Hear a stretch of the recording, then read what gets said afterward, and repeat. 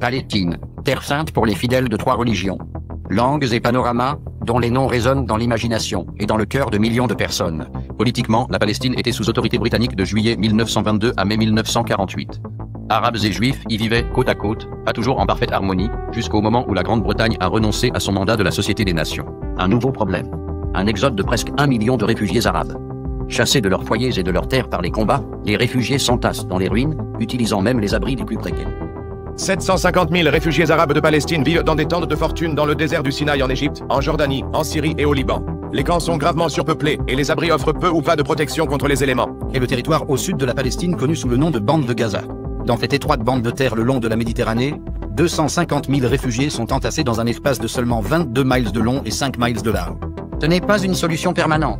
Le rétablissement des réfugiés est un problème pour les gouvernements et dépasse le cadre, ainsi que les ressources, de la Croix-Rouge. Les rations quotidiennes totalisent seulement 1400 calories par personne, 300 de moins que ce qui est nécessaire pour soutenir la vie sur une longue période. Cela ne va pas aider à empêcher le taux de mortalité d'il y a quelques mois, une moyenne de 120 décès par nuit, d'augmenter encore. Sans sécurité, la vie de ces habitants de camps doit rester limitée. Seule une réhabilitation véritablement internationale peut leur offrir un avenir. Car la plupart des teams ne peuvent transmettre les vents glacés du mont Hermon lorsqu'ils soufflent un courrier. Une pluie qui transforme les habitations en trous de boue pendant la saison des pluies au Liban. Ni le sentiment de défaite, même de ceux ne s'est bon. Mais ce film raconte une histoire qui, jusqu'à présent, n'a guère été racontée en dehors du monde arabe. Ce sont les mots de Dorothy Thompson, expulsée d'Allemagne nazie en 1934 pour avoir dénoncé le fascisme. En 1950, elle avertissait à nouveau le monde, cette fois à propos des réfugiés de Palestine et d'un nouveau système de pouvoir prenant forme en Israël qui décidait qui appartenait et qui n'appartenait pas, tandis que trop de gens détournèrent le regard. 1950 n'était pas juste une autre année. C'est à ce moment-là que les tentes sont devenues permanentes, que des bouts de papier ont décidé qui pouvait rester, qui devait partir et qui ne serait jamais autorisé à revenir. L'aide maintenait les gens en vie, le système les tenait à l'écart. Ces règles n'ont pas pris fin, elles se sont durcies dans la vie quotidienne. Permis, titre de propriété, frontières, points de contrôle. Des générations plus tard, plus de 5 millions de Palestiniens sont encore enregistrés comme réfugiés et la plupart des habitants de Gaza sont leurs enfants ou petits-enfants. Si c'est temporaire, combien de générations en font une situation permanente ?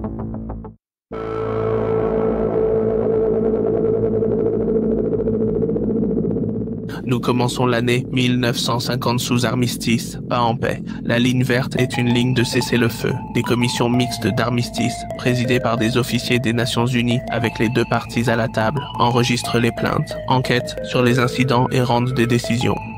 Les camps et les sites de transit fonctionnent déjà à grande échelle. Voici ce qui changera réellement cette année et comment cela s'est intégré dans la vie quotidienne. Quelque chose d'un peu proche de la vie normale recommence pour ces personnes que la guerre a forcé à quitter leur foyer. Le Comité international de la Croix-Rouge a aidé, mais ce n'est pas une solution permanente.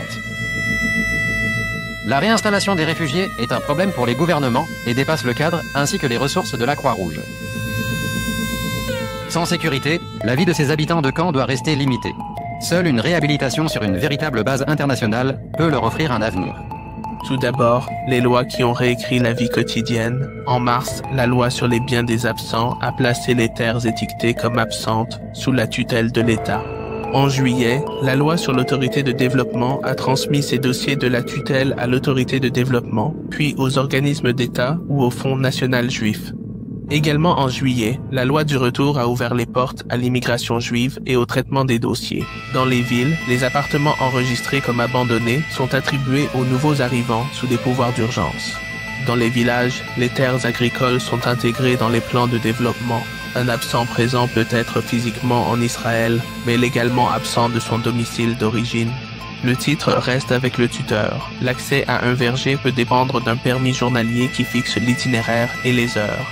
Les partisans à la Knesset appellent à cela une consolidation. Les critiques avertissent que cela légalise la dépossession. Le 1er mai, l'Agence des Nations Unies pour les secours et les travaux, UNRWA, prend en charge les secours, les rations, les écoles, les cliniques et les programmes de travaux jusqu'à ce qu'il y ait un règlement politique. Cela semble être un geste futile pour un homme de s'occuper d'un jardin aussi peu gratifiant. Mais tout ce qui pousse est un morceau de nourriture de plus pour la famille. Les enfants ressentent une incertitude déprimante quant à leur avenir. Personne ne semble avoir la réponse à la question éternelle « Pourquoi devons-nous rester ici ?» Sans maison, sans jouets familiaux, ils n'ont rien pour soulager leur ennui sauf l'école. L'éducation de ces enfants est l'un des aspects les plus importants du problème des réfugiés arabes. Le don d'un simple tableau noir signifiait qu'une nouvelle classe pouvait être commencée, 100% en plein air, lorsque les températures du désert le permettent. Deux chiffres montrent l'ampleur, environ 750 000 inscrits, et un enregistrement initial proche de 957 000, corrigé plus tard comme un surcomptage.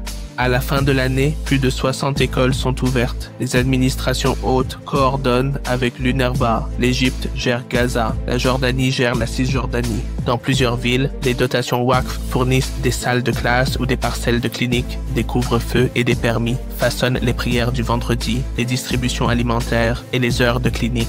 L'enregistrement est un outil administratif. Il décide qui reçoit des rations et une place en classe ce mois-là. Il ne capture pas tous les cas. Le sionisme est un projet moderne de construction d'État politique décrit par ses propres dirigeants dans le langage de la colonisation, du transfert et de la souveraineté. Le judaïsme est une tradition spirituelle diverse, orthodoxe et réformée, séfarade et mizrahi, cochin et béné Israël, et des communautés juives noires, y compris éthiopiennes, Beta Israël. Au sein de la vie juive, il y a toujours eu des voix dissidentes, certaines religieuses, certaines politiques, certains groupes modernes de droits de l'homme. Donc tout au long, j'utiliserai des termes clairs, peuple juif, communauté juive, foi juive. Et si une source historique utilise un langage qui ne convient pas aujourd'hui, je le signalerai comme un langage d'époque et le traduirai en mots simples. De l'autre côté de la ligne, l'administration se durcit. La Jordanie formalise l'administration de la Cisjordanie en avril 1950. La reconnaissance varie selon les capitales. Les tribunaux et les municipalités fonctionnent sous les ordres jordaniens. L'Égypte administre Gaza sans annexion. Le contrôle des frontières se resserre et les régimes de permis de travail s'étendent. Jérusalem reste divisée, l'ouest sous contrôle israélien, l'est sous administration jordanienne. La porte Mandelbaum est le principal passage civil. Un laissez-passer décide si vous pouvez atteindre le travail, l'école, un hôpital ou une date de tribunal. La vie quotidienne fonctionne selon des règles qui se chevauchent. La résolution 194 reste le point de référence civil. Retour pour ceux qui sont prêts à vivre en paix. Compensation pour ceux qui ne reviennent pas et pour les pertes ou dommages. Sous le gouvernement militaire, les citoyens palestiniens ont besoin de permis pour le travail, l'école, les cliniques et les services religieux. Les tribunaux de la charia conservent la juridiction du statut familial pour les musulmans. Les communautés chrétiennes, latines, orthodoxes, arméniennes et autres maintiennent des paroisses et des écoles. Les familles druzes et bédouines s'adaptent aux nouveaux points de contrôle et aux routes saisonnières. Dans certains quartiers, les cercles Ahmadiyya et Soufis suivent les mêmes fenêtres de permis que tout le monde. Dans un camp, une mère fait la queue à l'aube pour de l'huile et de la farine. Sa fille marche vers une école sous tente. Le jour de la vaccination signifie une longue attente à la clinique. Les files d'attente pour les coupons s'étendent jusqu'à l'après-midi et une fenêtre de ration manquée signifie emprunter de la farine jusqu'au matin. Pour les réfugiés dormant à l'air libre, l'abri devait être improvisé. Des tentes ont été montées et plus de 150 000 couvertures distribuées. Dans chacun des centres de distribution, les réfugiés viennent régulièrement pour leur ration. La nourriture est composée de riz, d'huile, de graisse et de légumes secs et de farine fournissant environ 1300 calories par jour. Ce n'est pas beaucoup, mais c'est suffisant pour vivre et cela maintient au moins le corps en bonne santé. C'est sur des ânes ou des chameaux que cette manne de l'étranger est transportée vers des abris de fortune. Et la tragédie de près d'un demi-million de sans-abri est allégée grâce aux efforts de la Croix-Rouge internationale et des pays qui ont contribué. Les enfants les trouvent leur chemin vers l'école. Chaque village a son dispensaire clinique où la maladie est continuellement diagnostiquée et traitée. Quelque chose d'un peu proche de la vie normale recommence pour ces personnes que la guerre a forcées à quitter leur foyer. Le Comité international de la Croix-Rouge a aidé, mais ce n'est pas une solution permanente. La réinstallation des réfugiés est un problème pour les gouvernements et dépasse le cadre, ainsi que les ressources de la Croix-Rouge. Sans sécurité, la vie de ces habitants de camp doit rester limitée. Seule une réhabilitation sur une véritable base internationale peut leur offrir un avenir. Les acteurs extérieurs influencent les résultats par des déclarations, des votes, des budgets et des livraisons. Le 25 mai 1950, la déclaration tripartite par les États-Unis, le Royaume-Uni et la France promet la retenue sur les transferts d'armes et l'opposition à la modification des frontières par la force. Nous pouvons mesurer les promesses par rapport à la livraison, les revendications de protection ou de développement par rapport aux instruments réellement utilisés, lois, quotas, budget, vote, et ce que les gens sur le terrain ont réellement reçu. Au début de 1951, les lois foncières et démographiques d'Israël de 1950 sont en vigueur. L'administration de la Cisjordanie par la Jordanie est active. L'Égypte continue d'administrer Gaza. L'UNRWA a terminé sa première année complète de secours et d'école et les commissions mixtes d'armistice continuent d'enregistrer les cas frontaliers semaine après semaine. En 1950, ce qui était appelé une crise temporaire s'est transformé en un système. Les permis ont remplacé la liberté de mouvement, les dossiers de propriété ont remplacé les clés, les frontières ont coupé les journées ordinaires. Les tentes sont devenues des structures, et les structures ont commencé à sembler permanents. Ces choix façonnent encore la vie des générations plus tard. Les noms changent, les cartes se redessinent, mais la machine de contrôle continue de broyer.